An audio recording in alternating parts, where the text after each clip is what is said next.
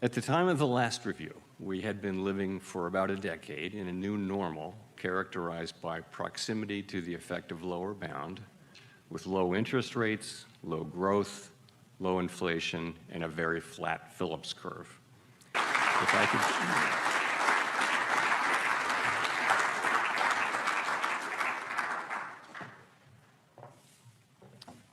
Thank you, Trevor, and good morning. I'd like to add my welcome to everyone. Thanks for being here. Thomas Laubach's research and his broader support of the FOMC helped us better understand monetary policy, and it is fitting that this work will continue today in his name. Thank you to the authors of the papers, to the discussants, and to our panel participants, and thank you also to Trevor and his team for organizing this conference. A whole lot of work went into bringing us together.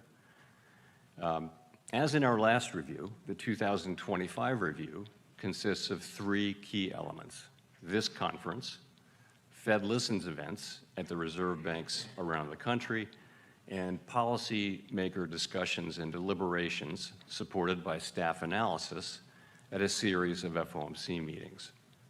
In the current review, we will reconsider aspects of our strategic framework in light of the experience of the last 5 years. We will also consider possible enhancements to the committee's policy communication tools regarding forecasts, uncertainty, and risks. In 2012, the FOMC first codified our monetary policy framework in a document entitled the Statement on Longer-Run Goals and Monetary Policy Strategy, which we refer to as the Consensus Statement. The language in the opening paragraph, which has never changed, articulates our commitment to fulfilling our congressional mandate and to explaining clearly what we're doing and why. That clarity reduces uncertainty, improves the effectiveness of our policy, and enhances transparency and accountability. As chair, Ben Bernanke led the committee through the creation of that initial consensus statement, adopting a 2% inflation target, and outlining our approach to achieving our congressionally assigned dual mandate. The framework laid out in that document broadly aligned with best practices for a flexible inflation targeting central bank. The structure of the economy evolves over time, and monetary policymakers' strategies, tools, and communications need to evolve with it. The challenges presented by the Great Depression differ from those of the Great Inflation and the Great Moderation, which in turn differ from the ones we face today. A framework should be robust to a broad range of conditions, but also needs to be updated periodically as the economy and our understanding of it evolve. From 2012 to 2018, the FOMC voted at each January meeting to reaffirm the consensus statement, in most years without substantive changes. In 2019, we changed that practice, conducting our first ever public review, and said that we would repeat such reviews at roughly a 5-year interval. There's nothing magic about a 5-year pace. We believe that frequency is appropriate to reassess structural features of the economy and to engage with the public, practitioners, and academics on the performance of our framework. Several of our global peers have adopted similar approaches to their framework reviews. At the time of the last review, we had been living for about a decade in a new normal characterized by proximity to the effective lower bound, with low interest rates, low growth, low inflation, and a very flat Phillips curve. If I could capture that era with one statistic, it would be that the policy rate had been stuck at the lower bound for 7 long years following the onset of the global financial crisis in late 2008. After liftoff in December 2015, we were able to raise the policy rate only very gradually over a period of 3 years to a peak of just 2.4%. 7 months later, we began reducing it, leaving the rate at 1.6% in late 2019, where it would be when the pandemic arrived a few months later. Policy rates in other major advanced economies were even lower, in many cases below zero, and in all such economies, inflation regularly ran below its target. The sense at that time was that when the economy next experienced even a mild downturn, we would be right back at the lower bound, probably for another extended period. The post-financial crisis decade had demonstrated the pain that that could bring. Inflation would likely decline in a weak economy, raising real interest rates as nominal rates are pinned at zero. Higher real rates would further weigh on job growth and reinforce downward pressure on inflation and inflation expectations. Reflecting these concerns, we adopted a policy to make up for persistent shortfalls from the inflation target, an approach that was common in the extensive literature on the risks associated with the lower bound. Given the downside risks to employment and inflation from proximity to the lower bound, and the need to anchor longer-term inflation expectations at 2%, we said that following periods in which inflation has been running persistently below 2%, we would likely aim to achieve inflation moderately above 2% for some time. We also concluded that policy decisions would be informed by assessments of shortfalls rather than deviations from maximum employment. The change to shortfalls was not a commitment to permanently forswear preemption or to ignore labor market tightness. Rather, it signaled that apparent labor market tightness would not, in isolation, be enough to trigger a policy response, unless the committee believed that, if left unchecked, it would lead to unwelcome inflationary pressure. This change reflected our experience with long expansions that featured historically low unemployment amid low and stable inflation, suggesting that a policy approach that carefully probed for the maximum level of employment could bring about the benefits of a strong labor market without risking price stability. In the years just prior to the pandemic, for example, unemployment was at multi-decade lows while inflation ran below 2%. By December 2019, estimates of the longer-run unemployment rate had fallen sharply. The use of shortfalls acknowledged that a combination of low inflation and low unemployment does not necessarily pose an adverse trade-off for monetary policy. The economic conditions that brought us close to the lower bound and drove the changes in our consensus statement were thought to be rooted in slow-moving global factors that were likely to persist for an extended period, at least until our next 5-year review. And that might well have been the case had the pandemic not intervened.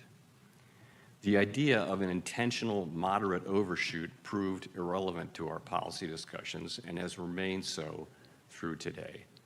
There was nothing intentional or moderate about the global inflation that arrived a few months after we announced our changes to the consensus statement, and I acknowledged as much publicly in December 2021. We fell back on the rest of the framework, which called for traditional inflation targeting.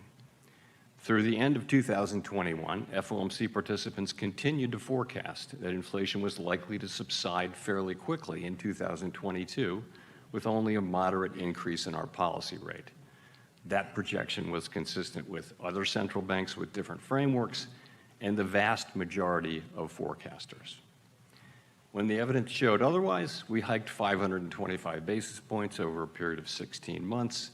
The most recent data suggests that 12-month PCE inflation was 2.2% in April, far below its 7.2% peak in 2022.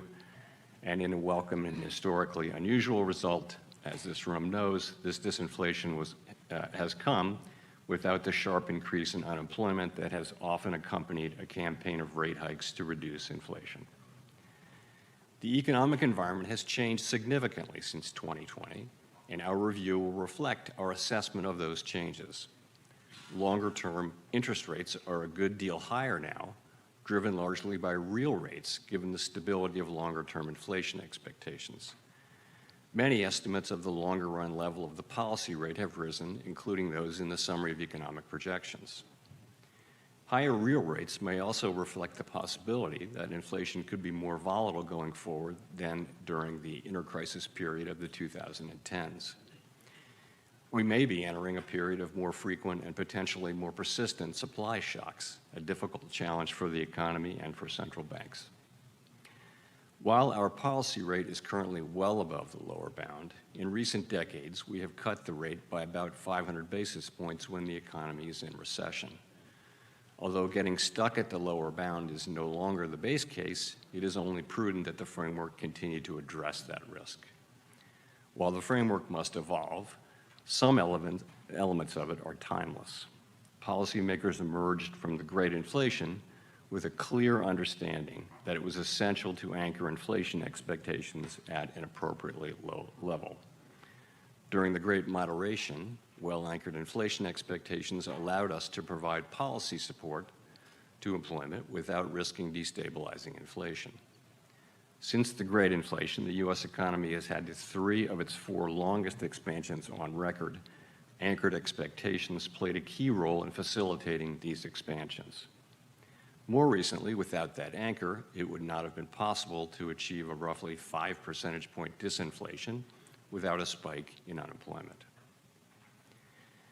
Keeping longer-run inflation expectations anchored was a driving force behind establishing the 2% target in the 2012 framework.